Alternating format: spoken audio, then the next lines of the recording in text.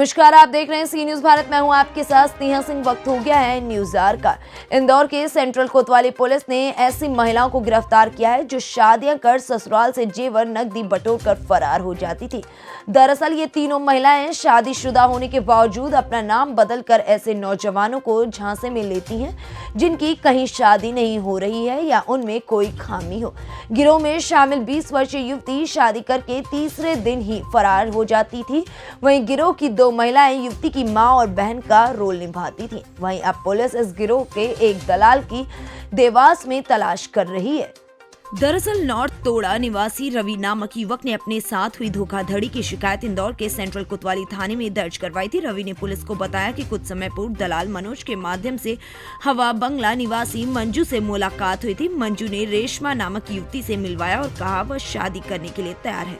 90,000 रुपए की डील हुई जिसमें रवि द्वारा 75,000 रुपए महिला को दे दिए गए। करीब 8 दिन पूर्व दोनों ने शादी तो कर ली, लेकिन रेशमा तीसरे दिन ही ससुराल से भाग गई। शिकायत के बाद गुरुवार को पुलिस ने मोबाइल लोकेशन के आधार पर रेशमा को तेजपुर गड़बड़ी से गिरफ्तार कर लिया। पूछताछ में रेशमा ने बताया कि मंजू निवासी हवा बंगला उसकी बहन बनी थी और अंतिम चौराहा निवासी पूजा ने मां बनकर रस्में निभाई थी। पुलिस ने देर रात पूजा और मंजू को भी गिरफ्तार कर लिया। टीआई के मुताबिक रेशमा का असली नाम राधिका राव है। उसको शादी की एवज में सिर्फ 10,000 रुपए मिलते थे। शक है कि रेशमा पहले भी इसी तरह शादी कर ठगी कर चुकी है। उसकी आईडी और मोबाइल नंबर की जांच चल रही है। पुलिस मामले में मनोज निवासी देवास की तलाश कर रही है। सर, एक बड़े गिरोह का पर्दाफाश किया गया है जो शादी का जायजा लेने के बाद में जो है पैसे किया करते हैं। थाना कोतवाली में नारतोड़ा के निवासी रवि सिंह द्वारा सूचना दी गई कि उसके साथ एक महिला जिसने अपना नाम रेशमा बताया था, उससे दिनांक 24/12 को शादी करी और 26 को वो घर से चली गई। उसके साथ ऐसा उसे पता चला कि उसने 75,000 रुपये दिया था और शादी का झांसा देकर जो दुल्हन है वो लुटेरी बनके उसका पैसा ले गई और उसको पता नहीं चला। उसकी रिपोर्ट पर धारा 420-34 का प्रकरण थाना कोतवाली क्षेत्र में कायम किया गया। प्रारंभिक जानकारी में पता चला कि जो प्रार्थी है रवि, उसका एक दोस्त था जो देवास का रहने वाला था विनोद। उसने उससे शादी की बात की। विनोद देवास का रहने वाला और इसका परिचित था। रवि वर्तमान में कोई काम नहीं करता है, इसकी शादी भी नहीं रही, इसलिए बात करी। इसकी जो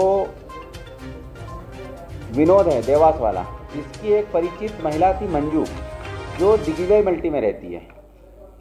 उससे उसने बात करी। मंजू की एक परिचित पूजा थी जो पूजा थाना द्वारकापुरी क्षेत्र के श्री राम नगर की निवासी है। उसने उससे बात की और इन मंजू और पूजा दोनों रवि से मिली और उसको बताया गया कि एक लड़की है जिसका इन्होंने 90,000 रुपये मांगा और 75,000 में इनकी बात हुई थी। उसके बाद इन्होंने एक रेशमा नाम की लड़की दिखाई। वो रेशमा के नाम से ही जानता था, रेशमा पटेल के नाम से। शादी होने के बाद जब पता चला कि वो लड़की चली गई, उसके बाद जांच के दौरान उसका नाम राधिका उर्फ वर्षा राव, ये गड़बड़ी पुलिया के पास की रहने वाली पाई गई। उसकी उम्र 20 वर्ष है।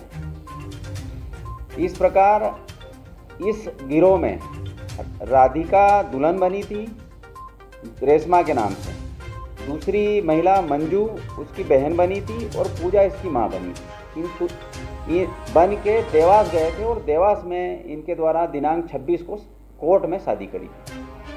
उसके बाद जब वो वापस चली गई तो वो रिपोर्ट पंजीबद्ध कर इन लोगों को हमारे द्वारा प्रकरण में गिरफ्तार किया गया। विनोद भी जो है आरोपी बनाया गया? नहीं, अभी जांच में चूंकि प्रार्थी ने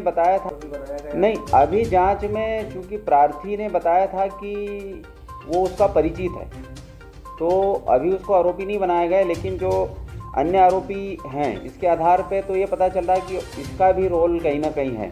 अगर जांच में पाया जाएगा तो उसको भी आरोपी बनाया जाएगा।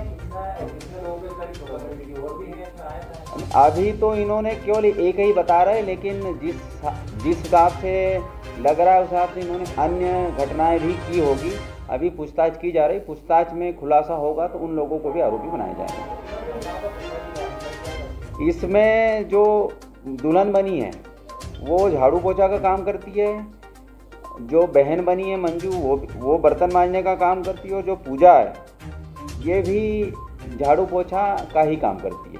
और या परिवार की बात करें तो हाँ, ये राधिका तो कुंवारी है, लेकिन पूजा और मंजू दोनों शादीशुदा है, और मंजू का पति वीरेंद्र चौधरी और पूजा का पति सोनू मराठा, ये दोनों इनके बताए अनुसार एनडीपीएस में बंद हुए हैं और जेल में हैं।